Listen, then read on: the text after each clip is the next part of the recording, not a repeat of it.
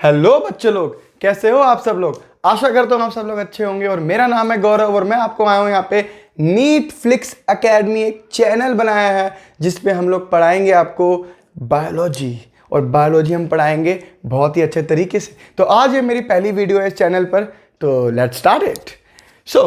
हमारा चैप्टर का नाम है रेस्पिरेशन इन प्लांट्स। एक्चुअली में रेस्पिरेशन प्लांट्स जो चैप्टर है बच्चों को बड़ा डिफिकल्ट लगता है कि यार इसमें ये है, उसमें वो है, इसमें इतनी सारी साइकिल्स हैं, इसमें कहाँ एटीपी निकल रही है, कहाँ एटीपी यूज हो रही है। कोई टेंशन नहीं लेने का, एक बिल्कुल सिंपल वे में पढ़ाया जाएगा और आप लोगों के क्वेश्चंस टिप्स पे कराए जाएंगे। चलिए let's start with this chapter that is respiration in plants. पहली बात तो मैं कहना चाहूंगा कि ये रेस्पिरेशन इन प्लांट्स इस चैप्टर का नाम ही गलत है। अच्छा, इतना बता रहा है? एनसीईआरटी गलत हो सकती है क्या? है ऐसा नहीं। देखो एक्चुअली में रेस्पिरेशन जो नाम है, जो प्रोसेस है रेस्पिरेशन का, वो सिर्फ प्लांट्स में चल रहा हो ये जरूरी नहीं है। सीधी बात, ये प्लांट्स में नहीं, ये मुझ में भी चलता है, ये आप में भी चलता है, ये एक बाहर घूमने वाले कुत्ते में भी चलता है, बिल्ली में भी चलता है, सब में चलता है। तो why it is called as respiration in plants? है ना, दिमाग वाली बात है ना। हाँ जी, तो रेस्पिरेशन इन प्लांट्स इस चैप्टर को बोलना इतना अच्छा नहीं रहेगा, बट हाँ एनसीईआरटी ने इस टॉपिक को उठा के प्लांट फिजियो में डाल दिया, है ना। एनसीईआरटी ने इस टॉपिक को उठा के प्लांट फिजियो में डाल दिया, जिस वजह से इस चैप्टर का नाम पड़ गया दोस्त respiration in plants. But confuse नहीं होना, ये सिर्फ और सिर्फ प्लांट्स में नहीं चलते, ये एनिमल्स में भी चलते हैं। Got it? Got it. चलिए रेस्पिरेशन इन प्लांट्स। अगर मैं एक छोटे से बच्चे से पूछूं, छोटे से बच्चे इन द सेंस नहीं जो पैदा हुआ हो अभी, नहीं उनसे नहीं, छोटे से बच्चे से पूछूं कि बेटा बता आज मुझे तू बता दे कि difference between respiration and breathing.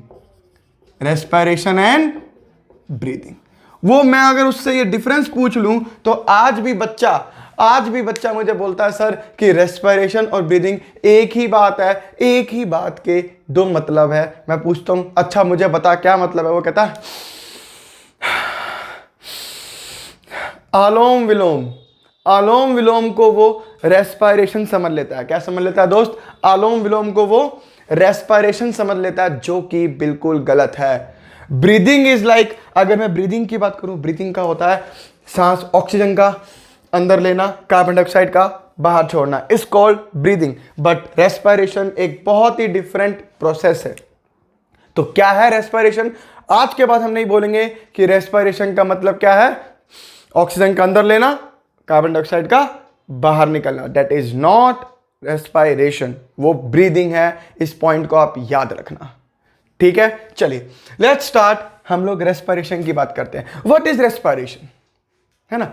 मान लीजिए कि आपने आज खाया होगा पिज्जा, शाम में आपने खाया होगा, एक पिज्जा खा लिया, मन कर रहा था खाने का, पिज्जा खाया, पेट नहीं भरा, आपने मोमोज भी खा लिए, है ना। अब आपने ये जो फूड मटेरियल को कंज्यूम किया है ना, ये जो आपने फूड मटेरियल को कंज्यूम किया है, ये फूड मटेरियल अब अंदर जाके ऑक्सीडाइज होंगे। क्या होंगे? ऑक्सीडाइज। क्या होंगे? ऑक्सीडाइज होंगे। और उस ऑक्सीडाइज जो ये ऑक्सीडेशन जो होगा जब फूड का ऑक्सीजन की प्रेजेंस में जब फूड का ऑक्सीडेशन होगा, उससे जो एनर्जी निकलेगी विद इन अ सेल, याद रखना ये point, within a cell के अंदर, उसे हम लोग रेस्पिरेशन कहते हैं। मुश्किल हो गया क्या? दोबारा सुन लो। जो आपने खाना खाया उसकी ऑक्सीडेशन होना और उससे एनर्जी मिलना इज कॉल्ड रेस्पिरेशन। सिंपल सा प्रोसेस है। सिंपल सा क्या प्रोसेस है? सुनिए।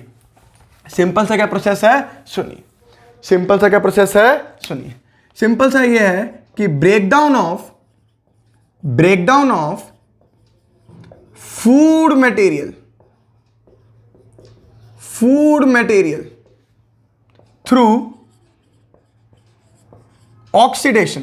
किस प्रोसेस से भाई? ऑक्सीडेशन। तो सीधी सी बात है यार, ऑक्सीडेशन वर्ड आ गया। ऑक्सीडेशन का मतलब होता है ऑक्सीजन की प्रेजेंस में। ऑक्सीडेशन का मतलब क्या होता है? ऑक्सीजन की प्रेजेंस में।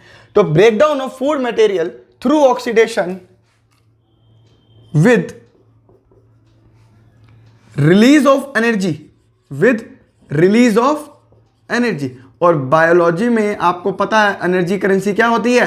एटीपी। सुना है ये नाम या पहली बार सुन रहे हो? अरे सुना होगा यार, ये तो छोटी मोटी बातें हैं, है ना। तो through oxidation with release of energy, energy मतलब क्या? एटीपी का निकलना within the cell, within the cell, cell के अंदर is called respiration, is called respiration। कितनी सिंपल सी बात थी। अरे भैया जो खाना खाया उसका ब्रेक डाउन हो रहा है। ब्रेक डाउन हो रहा है किसके अंदर? किस प्रोसेस से? Through oxidation. और उस ऑक्सीडेशन से हमें क्या मिल रहा है? एनर्जी मिल रही है। एनर्जी कहाँ मिल रही है? विद इन द सेल मिल रही है। विद इन द सेल मिल रही है तो उसे हम क्या बोलेंगे? रेस्पिरेशन। सुनिए, अगर ये विद इन द सेल मिल रही है, अगर ये चीज हमें विद इन द सेल मिल रही है, तो विद इन द सेल को क्या मैं, विद इन द सेल को क्या मैं सेलुलर रेस्पिरेशन कह सकता हूं? सेलुलर रेस्पिरेशन मतलब हर एक बॉडी के सेल में अगर ये रेस्पिरेशन का प्रोसेस चल रहा है तो उसको मैं क्या कह सकता हूं? इसको मैं रेस्पिरेशन इन प्लांट्स ना कह के मैं इसको क्या कह सकता हूं? सेलुलर रेस्पिरेशन कह सकता हूं। क्यों कह सकता हूं? आपको बात समझ में आ गई होगी। सेलुलर रेस्पिरेशन में इसलिए कह रहा हूं क्योंकि ये विद इन अ सेल चल रहा है। कहां चल रहा है भैया? विद इन अ सेल चल रहा है। तो मैं इसको आसानी से, बड़ी आसानी से बोल सकता हूं कि ये सेलुलर रेस्पिरेशन है। अरे बोलो, बात समझ नहीं आई तो? चमका आई ना। तो हाँ, तो विद इन अ सेल हो रहा है तो मैं इसको क्या बोल सकता हूं? Cellular respiration. कंसेप्ट समझ में आई? बात समझ में आई? छोटी सी बात थी, कोई बड़ी बात नहीं थी। तो इस चैप्टर को मैं रेस्पिरेशन इन प्लांट्स ना बोल के एक अच्छे से चैप्टर का नाम बोल दूं। क्या बोल सकता हूं मैं इसको? रेस्पिरेशन इन प्लांट्स की जगह सेलुलर रेस्पिरेशन। ठीक है, चलिए अब क्या है? खाना। अभी क्या है? खाने में तो बहुत वैरायटीज हैं। खाने में क्या क्या है? Carbohydrates, fat, proteins. हम तीनों चीजें खा सकते हैं भैया। ठीक है कार्बोहाइड्रेट, फैट्स और प्रोटीन, हम तीनों चीजें खा सकते हैं। तीनों चीजों में जैसे मान लो हमने कार्बोहाइड्रेट खाया, है ना, तो अब रेस्पिरेशन में कौन जाएगा? कार्बोहाइड्रेट जाएगा। अरे बोलो, हमने कार्बोहाइड्रेट खाया, अब रेस्पिरेशन में कौन जाएगा? कार्बोहाइड्रेट जाएगा, है ना। उससे हमें वो टूटेगा ऑक्सीजन की प्रेजेंस में और हमें क्या मिलेगी? एनर्जी मिलेगी। ऐसे ही प्रोटीन जाएगा, ऐसे ही फैट जाएंगे। अरे बात समझ में आ रही है? तो ये जो कार्बोहाइड्रेट है, ये जो प्रोटीन है, ये जो फैट है, ये जो रेस्पिरेशन के लिए जा रहे हैं, इन लोगों को हम बोलते हैं रेस्पिरेटरी सबस्ट्रेट। क्या बोलते हैं भैया? Respiratory substrate. जो सबस्ट्रेट रेस्पिरेशन की प्रोसेस में जाने वाला है उसे हम लोग क्या बोलते हैं? Respiratory substrate. सिंपल सी बात है, कोई टेंशन वाली बात नहीं है। अरे बोलो बोलो बोलो, अरे बोल दो। ठीक है, हाँ जी। तो एक नया वर्ड मैंने आपको बोला, यहां पे एक नया वर्ड यहां पे मैं इंट्रोड्यूस कर रहा हूं। एक नया वर्ड क्या है? वो respiratory, respiratory substrate, respiratory substrate. इसका मतलब सीधी सी बात है, जो भी सबस्ट्रेट रेस्पिरेशन के प्रोसेस में जाएगा उसे हम क्या बोलेंगे? Respiratory substrate. अभी ये हमारे कार्बोहाइड्रेट्स भी हो सकते हैं, ये हमारे कार्बोहाइड्रेट्स भी हो सकते हैं, ये हमारे प्रोटीन्स भी हो सकते हैं और ये हमारे फैट्स भी हो सकते हैं। कार्बोहाइड्रेट्स भी हो सकते हैं, प्रोटीन्स भी हो सकते हैं और फैट्स भी हो सकते हैं। क्या मेरी बात समझ में आई आपको? पक्की बात? चलिए बहुत बढ़िया। ठीक है, तो सीधी सी बात है, अब तक आपको चैप्टर में ये बातें समझ में आई कि रेस्पिरेशन प्लांट्स को हम लोग अच्छे से बोले तो क्या बोलेंगे? सेलुलर रेस्पिरेशन बोलेंगे। ठीक है, दूसरी बात आप लोगों को समझ में आई कि व्हाट इज रेस्पिरेशन, की फूड मटेरियल का ब्रेकडाउन होना थ्रू ऑक्सीडेशन और जिससे हमें एनर्जी मिलेगी in the form of ATP within the cell is called respiration. दूसरी बात मैंने आपको बताया, जो भी चीज रेस्पिरेशन प्रोसेस के लिए जा रही है, जो भी चीज रेस्पिरेशन प्रोसेस के लिए जा रही है उसे हम क्या बोलेंगे? Respiratory substrate. अब वो आपका कार्बोहाइड्रेट भी हो सकता है, फैट भी हो सकता है और प्रोटीन भी हो सकता है। सिंपल सा कंसेप्ट। आई थिंक देखो, इस चैप्टर को इस चैनल पे जो भी मैं पढ़ाऊंगा, कोशिश करूंगा कि आपको यहीं के यहीं जो लेक्चर आप पढ़ो वो आपको लेक्चर याद हो जाए, पढ़ना ही ना पड़े दोबारा। इस लेक्चर को पढ़ो, किताब उठाओ, सवाल लगाओ, खुशियां मनाओ। ठीक है, चलिए नेक्स्ट। अब मैं आपको एक चीज बता रहा हूं, अब मैं आपको एक और थोड़ी सी कंसेप्ट बताता हूं। देखिए मजा आएगा दोस्त, आप लेक्चर में बोर नहीं हो सकते, मेरे ये बात की मैं गारंटी दे रहा हूं आपको, है ना। अच्छी अच्छी कहानियां भी आपको कभी शेयर करेंगे हम, टेंशन क्यों लेते हो ना। हम कहीं जा रहे हैं ना आप कहीं जा रहे, राइट। चलिए अगर मैं बोलूं रेस्पिरेशन की बात करूं तो रेस्पिरेशन को मैं दो हिस्सों में बांटता हूं, एरोबिक एनारोबिक। ना ना ना ना ना, एरोबिक एरोबिक एनारोबिक तो बचपन में पढ़ते थे, यहां भी पढ़ोगे लेकिन थोड़ा सा अलग। चलिए अगर मैं बोलूं यहां पे on the basis of substrate used, किस टाइप का सबस्ट्रेट यूज हुआ है, कि कार्बोहाइड्रेट यूज हुआ है, कि फैट यूज हुआ है, कि प्रोटीन यूज हुआ है, उसके हिसाब से मैं बांटूंगा on the basis of substrate used, या फिर on the basis of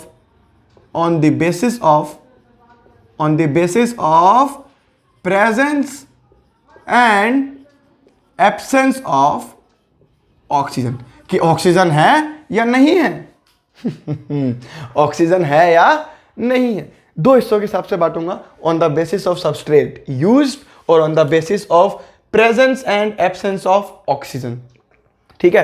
अरे मेरे बालकों ये तो बोल दो, इसका तो आपको पता है ये दो ही तरीके के होते हैं, एक होता है एरोबिक रेस्पिरेशन, एक क्या होता है एरोबिक रेस्पिरेशन, और एक होता है एनएरोबिक रेस्पिरेशन।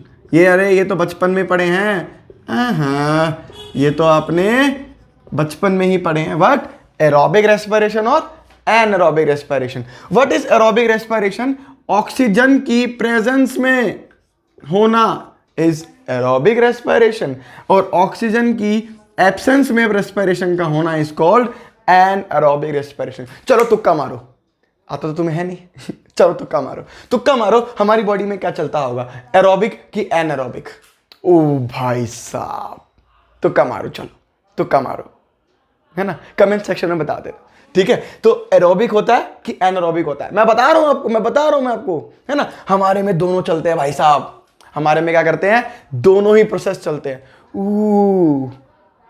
क्या मतलब? हमारे अंदर तो ऑक्सीजन है यार।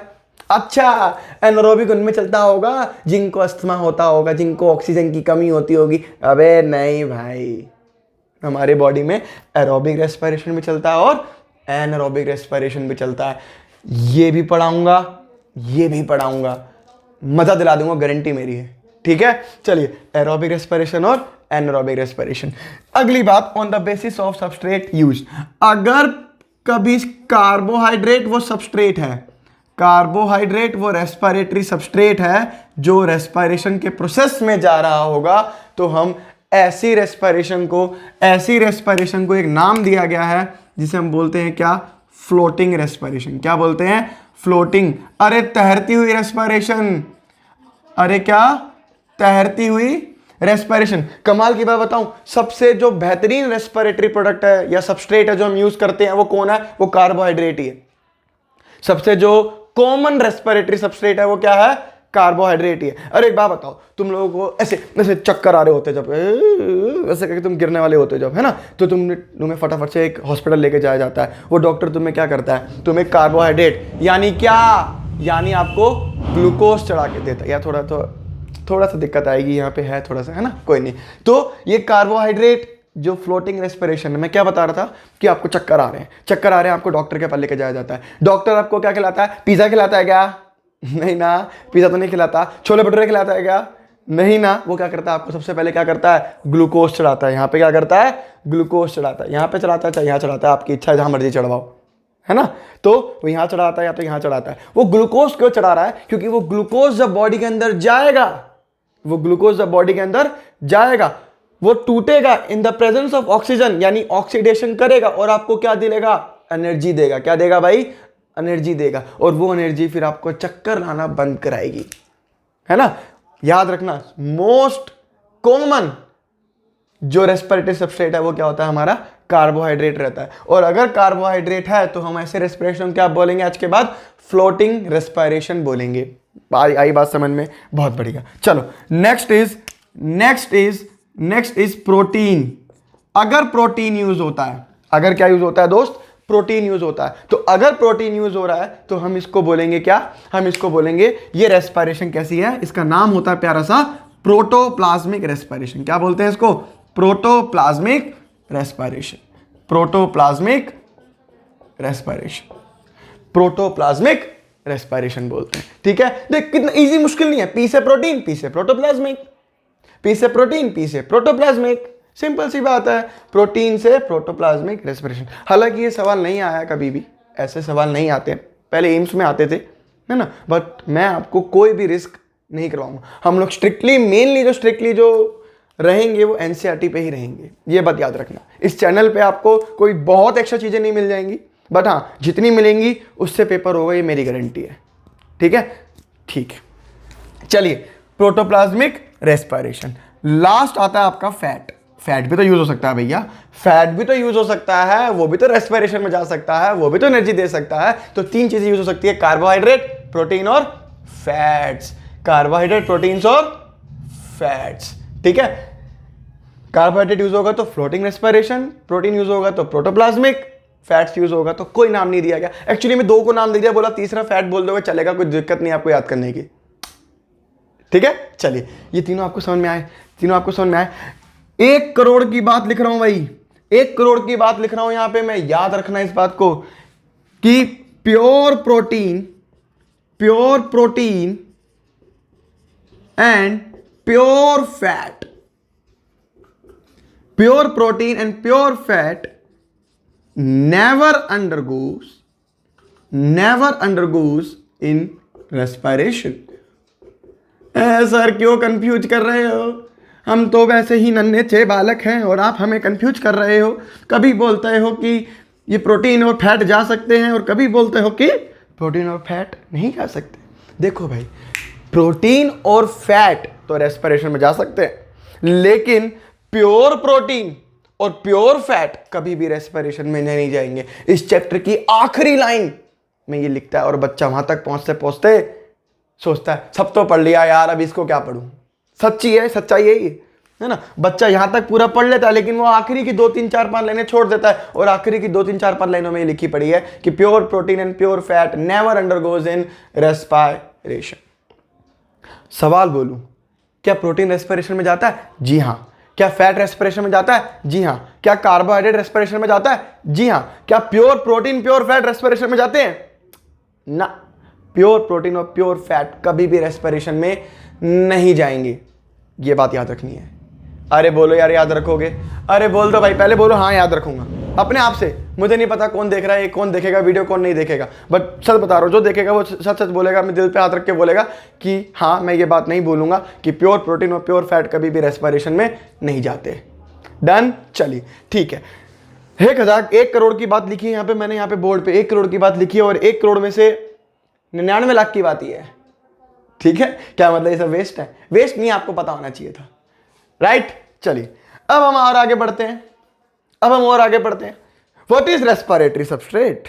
What is respiratory substrate? Sir वो कंपाउंड्स जो ऑक्सीडेशन के लिए जाएंगे, जो एनर्जी देंगे, उन्हें हम क्या बोलते हैं? रेस्पिरेटरी सबस्ट्रेट बोलते हैं। चलिए आपको पता लग रहा है, आपको अच्छी बात है, पता लगा। अब एनसीईआरटी सवाल पूछते, मिटा रहा हूं दोस्त मैं सारा चीजें, ठीक है, मिटा रहा हूं। अब एनसीईआरटी सवाल बोलती है, एक सवाल पूछती है कि प्लांट्स की जो प्लांट्स हैं हमारे, वो इतने बड़े बड़े हैं, तो उनको रेस्पिरेटरी ऑर्गन्स क्यों नहीं दिया गया?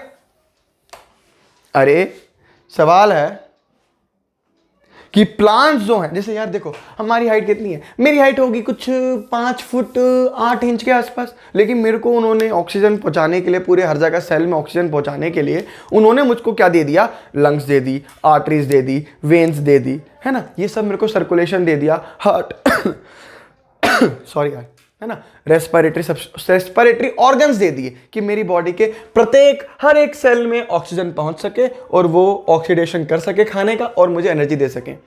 तो प्लांट्स के अंदर जो कि हजारों फुट तो छोड़ो, 100 फीट का मान लो एक प्लांट होता है भैया, ठीक है ना, 100 फीट का एक प्लांट है मान लो, है ना। अब वो 100 फीट के प्लांट में ना तो लंग्स हैं, ना तो हार्ट है, ना तो आर्टरीज हैं, ना तो वेन्स हैं, तो उनके पास ये और ऑक्सीजन उनके हर एक सेल में कैसे पहुंच रहा है? पॉइंट तो है। देखो यार, हम लोगों के दिमाग में ये बातें आती नहीं, ये बातें दिमाग में किसके आती है? ये बातें आती है साइंटिस्ट के, क्योंकि साइंटिस्ट होता है वेला है ना। साइंटिस्ट क्या होता है? वेला। उसको कुछ ना कुछ तो सोचना, हमारी तो बैंड बजानी है उसने, है ना, तो ये सब चीजें सोचता है। ठीक है, चलो भैया, अब हम सोचते हैं, अब मैं तुम्हें बताता हूं कि प्लांट कैसे विदाउट रेस्पिरेटरी ऑर्गन्स रह लेता है ना। पहली बात तो प्लांट कहता है कि सवारी अपने सामान की खुद जिम्मेदार है। सवारी अपने सामान की खुद जिम्मेदार है ना। इसमें बोलता है कि ईच पार्ट, है ना, मतलब मैं लिख नहीं रहा, मैं आपको बता देता हूं, सीधी सी बात है कि हर एक पार्ट प्लांट का खुद से गैसेस एक्सचेंज करता है, उसको दूसरे से मतलब नहीं है। सवारी अपने सम्मान की खुद जिम्मेदार है। पहला रीजन ये बोलती है एनसीईआरटी कि हर एक सेल प्लांट का खुद से ऑक्सीजन लेता है और खुद से छोड़ता है, किसी पे डिपेंड वो नहीं करता, इसलिए उनको रेस्पिरेटरी ऑर्गन्स की जरूरत नहीं है। हमारे को तो पूरी बॉडी का सिस्टम, यहाँ का सिस्टम, ये सब कनेक्टेड है आपस में, लेकिन प्लांट्स में ऐसा नहीं है। प्लांट्स का हर एक सेल अपने ऊपर डिपेंड करता है, उसको किसी पे डिपेंड करने की जरूरत नहीं है। तो सवारी अपने सामान की खुद जिम्मेदार है, पहली बात ये, ठीक है। दूसरी बात बोलता है कि प्लांट्स जो है ना, उनको ऑक्सीजन इतना नहीं चाहिए जितना एनिमल्स को चाहिए। समझ रहे हो? प्लांट्स जो हैं वो इतनी ग्रेट डिमांड्स में प्रेजेंट है नहीं, इतनी ज्यादा डिमांड्स में है नहीं, ठीक है। तो प्लांट्स जो हैं उनको ऑक्सीजन हमसे कम चाहिए एज कंपेयर टू एनिमल्स। अरे नहीं आई बात समझ में, है ना। तो जैसे मान लो मेरे को 100 लीटर हवा चाहिए, तो प्लांट को 1 लीटर हवा चाहिए। मेरे को 100 लीटर ऑक्सीजन चाहिए, तो प्लांट को 1 लीटर ऑक्सीजन चाहिए। फर्क देख रहे हो? तो प्लांट्स जो हैं वो रेस्पायर करते हैं लोअर रेट से, और एनिमल्स जो हैं वो हायर रेट से रेस्पायर करते हैं। इस वजह से प्लांट्स को रेस्पिरेटरी ऑर्गन्स की जरूरत नहीं है। तीसरी बात क्या कहता है? तीसरी बात कहता है कि प्लांट्स का जो लिविंग पार्ट है, जिसको ऑक्सीजन एक्चुअली में चाहिए, वो बाहरी हिस्से में ही है। कहने का मतलब देखो, मान लो ये प्यारा सा प्लांट है, मान लो ये क्या है, प्यारा सा एक बहुत बढ़िया सा एक ट्री है, ये क्या है, एक ट्री। तो उसके जो लिविंग सेल्स हैं वो यही हैं, वो सरफेस के यही हैं। अंदर जाते रहोगे तो डेड मिलता रहेगा, बाहर में ही क्या है, सारे के सारे लिविंग पार्ट्स हैं। तो वो डायरेक्ट बाहर से क्या कर सकते हैं, ऑक्सीजन को ले सकते हैं। अरे नहीं आई बात समझ में? तीन ही तो बात बताई मैंने आपको कि हर एक पार्ट जो प्लांट का है वो खुद जिम्मेदार है। सवारी अपने सामान की खुद जिम्मेदार है, मतलब प्लांट का हर एक पार्ट खुद से ऑक्सीजन लेगा, दूसरे से उसको फर्क नहीं पड़ता। दूसरी बात, प्लांट डिफ्यूज या रेस्पायर करता है lower rate as compare to animals, क्योंकि प्लांट इतने ग्रेट डिमांड्स में है नहीं ऑक्सीजन के लिए। तीसरी बात क्या कहता है कि प्लांट के जो लिविंग पार्ट्स हैं वो सरफेस के बहुत ज़्यादा पास है। सरफेस के क्या है, बहुत ज़्यादा पास है। जब वो बहुत ज़्यादा पास है, जिसकी वजह से उनको ऑक्सीजन डायरेक्ट वो इन्वायरमेंट से ऐसे करके ले सकते हैं। सिंपल सा कंसेप्ट है। तो इसलिए प्लांट्स को रेस्पिरेटरी ऑर्गन्स की जरूरत नहीं पड़ती। अरे बोलो यार, प्लांट्स को रेस्पिरेटरी ऑर्गन्स की जरूरत नहीं पड़ती। सिंपल सा कंसेप्ट था। क्या था भैया? सिंपल सा कंसेप्ट था, ठीक है। चलो बहुत बढ़िया। चलिए अब मैं आपको बताऊं, देखिए ये वीडियो खत्म होने वाली है, मेरा ये इंट्रोडक्शन वीडियो था, तो ये वीडियो बहुत जल्दी खत्म होने वाली है, ठीक है। चलो अगर मैं बोलूं कि रेस्पिरेशन को आप मुझे उससे लिख के दिखाओ, एक इक्वेशन से लिख के दिखाओ, तो आप क्या लिख के दिखाओगे? देखो ऐसे कि अरे ये ग्लूकोज है C6H12O6, ये क्या है? ग्लूकोज। ये क्या है? ग्लूकोज है। ये ग्लूकोज टूटा, ये ग्लूकोज क्या हुआ? टूटा in the presence of enzymes वगैरह, जो भी बॉडी के अंदर, जो भी सेल के अंदर होंगे, है ना। ये ग्लूकोज है, ये क्या है हमारा? ग्लूकोज है। ये टूटा किस में टूटा? Carbon dioxide plus water plus energy. और आपको पता है what is energy? Energy is ATP. तो अगर मैं बोलूं, देखो मैं ये बोलूं कि this is respiration, this is what? This is respiration, ये गारंटी है। इसके अलावा तो आपसे नहीं पूछेगा। अगर आपको बोले कोई रेस्पिरेशन की आप इक्वेशन लिख दो तो आप क्या लिखोगे, C6H12O6 O2 लिख दिया मैंने यहाँ पे, सॉरी O6, यानी कि ग्लूकोज टूटता है कार्बन डाइऑक्साइड में, वाटर में, और एनर्जी रिलीज करता है इन the form of ATP। Simple सा कंसेप्ट है, कोई कंसेप्ट वाली बात और एक्स्ट्रा है ही नहीं। ठीक है, चलिए अगर मैं बोलूँ किस प्रेजेंस में हो रहा है, in the presence of enzymes जो बॉडी के अंदर प्रेजेंट होंगे। इसी का अगर मैं उल्टा कर दूं, ऐसे कर दूं कि कार्बन डाइऑक्साइड और वाटर मिलके हमें क्या दे रहे हैं, ग्लूकोज दे रहे हैं, साथ में एनर्जी का यूज करके, इसी को मैं क्या बोल दूंगा, फोटोसिंथेसिस। क्या बोलूंगा, फोटोसिंथेसिस। तो सीधी सी बात है, फोटोसिंथेसिस का उल्टा इज रेस्पिरेशन। फोटोसिंथेसिस का उल्टा इज रेस्पिरेशन। क्या मेरी बात समझ में आई? ठीक है, चलिए अब एक छोटी सी बात और बताता हूं, फिर इस लेक्चर को हम लोग वाइंड अप करते हैं। ठीक है, छोटी सी बात यह है कि यार मुझे बात समझ नहीं आती। देखिए हम इतना खाना खाते हैं और बॉडी को तुरंत इतनी एनर्जी की तो जरूरत नहीं है। इसका मतलब बॉडी कार्बोहाइड्रेट्स को, प्रोटीन्स को, फैट्स को कुछ टाइम के लिए स्टोर कर लेती है। वो स्टोर इसलिए इसमें किया ताकि कल को भगवान ना जाने कि कल को मान लो मुझे कुछ काम पड़ गया है ना, और मैं खाना नहीं खा पा रहा, मान लो 6-7-8 घंटे का सफ़र है, ट्रेन कहीं रुक नहीं रही, मैं खाना खा नहीं रहा, तो क्या मैं मर जाऊंगा क्या? नहीं, मेरी बॉडी ने स्टोर करके रखा हुआ है कार्बोहाइड्रेट, प्रोटीन और फैट को, मैं उसमें से निकाल के खा लूंगा, है ना। तो सेम चीज़ बता रहा हूँ, जब मान लो एक लड़की है, वो कहती है कि यार इस लड़के से मेरी, जब तक ये लड़का मुझसे एक बार हंस के बात नहीं करेगा, चलो उल्टा करते हैं, लड़कियों ऐसा करती नहीं है ना, तो लड़का एक व्रत पे चल जाता है। लड़का कहता है जब तक ये लड़की मेरे को हंस के एक बार ना देख ले, मैं खाना नहीं खाऊंगा, मैं क्या नहीं करूंगा, खाना नहीं खाऊंगा। तो वो सोचता है अच्छा खाना नहीं खाएगा, चलो बॉडी भी कहती है अच्छा बेटा खाना नहीं खाएगा, चलो देखते हैं। उसने एक दिन पहले बहुत खा लिया, फिर उसने खाना पीना छोड़ दिया। जैसे उसने खाना पीना छोड़ दिया तो जब उसकी बॉडी में दिखा कि भैया एनर्जी की कमी हो रही है, तो बॉडी ने क्या किया, चलो रुको अभी खाना खाने की जरूरत नहीं है, मैंने अब पहले से ही अंदर क्या स्टोर कर रखा है, कार्बोहाइड्रेट स्टोर कर रखा है। क्या स्टोर कर रखा है, कार्बोहाइड्रेट स्टोर कर रखा है। तो सबसे पहले बॉडी कार्बोहाइड्रेट को तोड़ने लगती है। क्या तोड़ने लगती है, कार्बोहाइड्रेट को तोड़ने लगती है। जैसे ही वो कार्बोहाइड्रेट को जब बॉडी में कार्बोहाइड्रेट की मात्रा कम हो जाती है तो वो कहती है यार अब मैं किससे एनर्जी लूं, अब मैं कौन सा रेस्पिरेटरी सबस्ट्रेट यूज करूं जो मुझे एनर्जी देगा, है ना। वो क्या चाहती है, वो फटाफट से भागती है किसकी तरफ, फैट की तरफ, है ना। कार्बोहाइड्रेट्स के बाद जो नेक्स्ट टूटता है वो क्या टूटता है, हमारा फैट टूटता है ना। फैट के बाद आखिरी में जो टूटता है वो कौन होता है, प्रोटीन टूटता है। नीट का सवाल है दोस्त, क्या है, नीट का सवाल है दोस्त कि सबसे पहले क्या टूटता है, सबसे पहले टूटता है कार्बोहाइड्रेट, फिर टूटता है आपका फैट्स, और फिर टूटते हैं आपके प्रोटीन्स। अरे याद रहेगी बात, बच्चा कंफ्यूज हो जाता है, बच्चा क्या करता है, पहले कार्बोहाइड्रेट फिर प्रोटीन फिर फैट कर देता है, लेकिन नहीं, हमें याद रखना है carbohydrate, fats and then last में प्रोटीन्स, है ना। तभी ना जब ज़्यादा टाइम तक वो, चलो छोड़ो वो कभी हम आपको बाद में बताएंगे, ठीक है। हम यही हैं, तुम यही हैं, जा क्या रहे हैं हम लोग, यही हैं हम लोग, ठीक है। चलिए, तो आई थिंक आपको ये लेक्चर बहुत पसंद आया होगा, आपको ये चैप्टर अच्छा लगा होगा और आपको ये क्लास बोर नहीं करी होगी, है ना। और अगर आपको ये अच्छा लगा है तो इस वीडियो को लाइक करो, सब्सक्राइब करो और अपने दोस्तों को शेयर करो जो डॉक्टर बनना चाहते हैं या फिर बायोलॉजी को बड़े ही ईजी तरीके से पढ़ना चाहते हैं, है ना। तो सपोर्ट करो एंड मिलते हैं अपने नेक्स्ट लेक्चर में जो कि इसी का लेक्चर नंबर 2 होगा। Okay, bye bye.